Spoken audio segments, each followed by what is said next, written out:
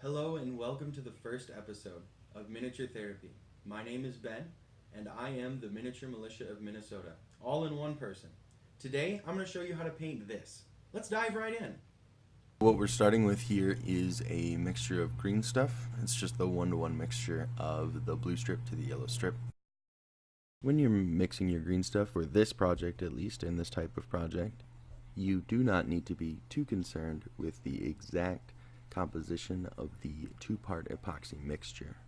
What I did was take my amount of green stuff and I measured it to the base in such a way that I could guesstimate pretty accurately how much I would need. What I have here is the Subtle Ground collection from the brand Happy Seppuku, at least a Subtle Ground collection, not a sponsor, but what I wanted to show was that I was using this particular set up with the lava flow stamp.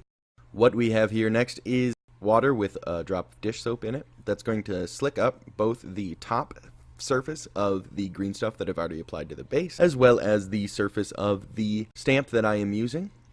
This is going to allow me to make sure that my stamp doesn't pick up any of that green stuff off of the base while I am applying it. With that sorted out, I am going to go around, and what I'm doing is I'm focusing on the corners of this base. And this is largely because I know that I'm going to be placing corkboard in the center to kind of show up as ice flows. One thing that I like to remember with basing is that it's not always about making it an exact science. In fact, I think basing is one of the most creative areas that we have in this hobby, because with basing it's very easy to do whatever you want. But if you're someone that likes to at least try to go for a bit of realism or follow the lore a little bit, basing is where everyone, even if you are one of those lore sticklers, gets a chance to do anything.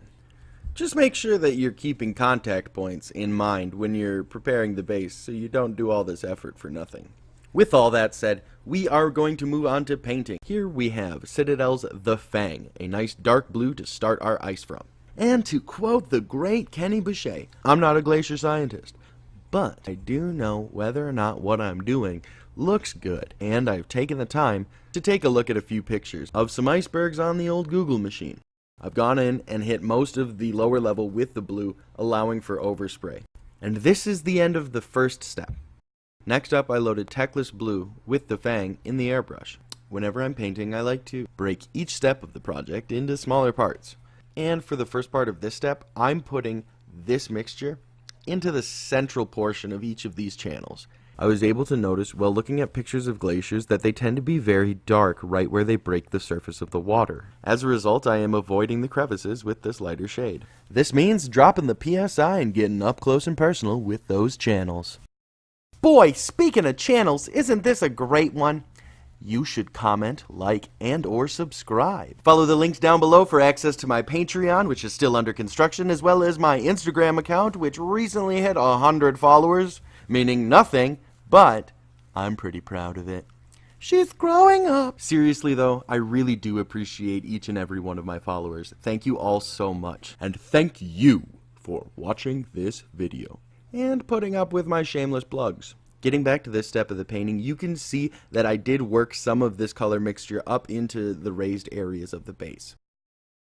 Next up, we've got some straight Teclis blue going down. With this step, I'm really starting to do the opposite of what I'm doing in the channels with each of the raised portions. I'm really focusing on getting some nice, good blends in between the colors that I've already laid down and what I am putting on right now, as I go more centrally towards the middle of the raised portions, and as I get closer and closer to the tiny center line of each of the channels. And right about here is where the PSA about keeping your airbrush clean is going.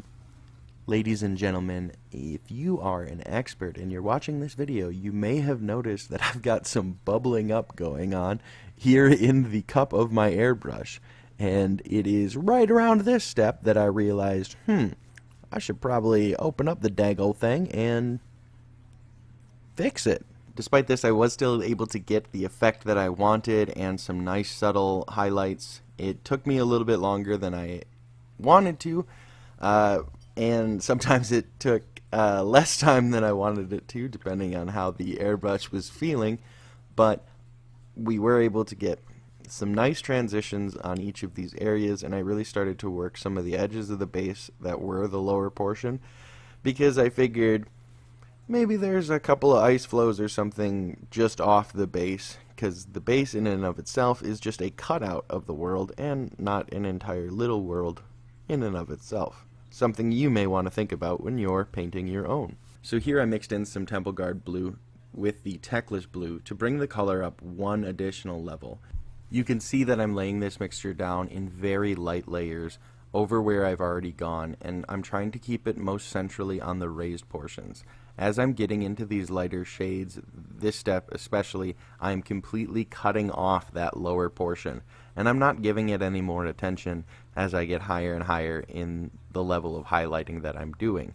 This is all going to get brought together very nicely when we dry brush this later to pick out the tiny little raised portions of the lower recesses and the edges of the raised areas of the ice flows. So everywhere after this step, we are going to avoid the recesses, going higher and higher in highlight. First though, we're going to be laying down a layer of pure Temple Guard blue just inside where we just laid down the mixture of Temple Guard blue and Teclis blue.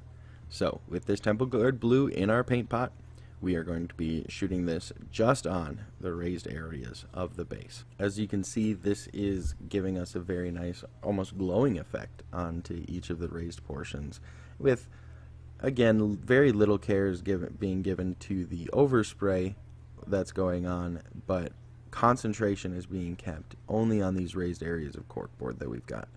And as you can see here, even though I didn't know what I was going to say in this portion, I did some nice Vanna White hands here to show you that we are not going to be painting this color in the channels of the base. Next we've got Temple Guard blue mixed with a bit of Acrílicos Vallejos Dead White. And this color combination is going to be even more conservatively applied to each of the raised areas of the base. What we want to do here is create this effect of opaqueness in the glacial pieces that have broken apart here and are revealing these crevasses or channels of further glacier pieces below. And something that I really want to highlight here is you're going to be able to see me make a mistake right there. It just happened as I got way too close to the edge of that little tiny ice flow that's coming out. And what's important to remember is that mistakes happen, and whether you're using an airbrush or hand brush, they can be fixed. You can deal with them, you can work with them, don't get discouraged. I do this all the time, and I still don't always remember that mistakes can be fixed, especially with painting.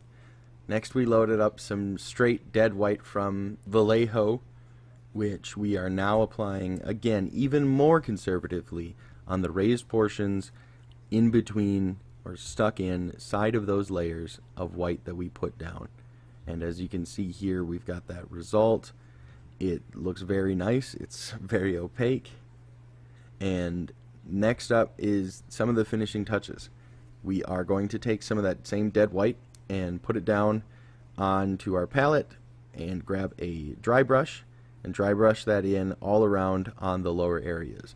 Now the reason I broke this apart, you're actually dry brushing the whole thing with this dead white, but I broke it apart for a very specific reason, and that's because the lower portions dry brushing can be all over. This you want to go every direction so that you can pick out each one of those raised areas of the ice that's forming in between the ice flows. But here we have again dead white being applied to the raised areas of the base. And with this, what I'm doing is a very purposeful dry brush that is only going from the edges straight to the middle of the color formation that I have that highlights all the way up to white. As a result, we get this nice effect that looks like some opaque ice with a little bit of blue being shown through it from the water below. If you liked this video, please feel free to send me a message on Instagram. Tell me what you liked, what you didn't like. Leave a comment down below. Hello, and welcome to the first episode of Miniature Therapy. My name is Ben, and I am the Miniature Militia of Minnesota, all in one person. and today I'm going to show you how to make this. Redo this. This was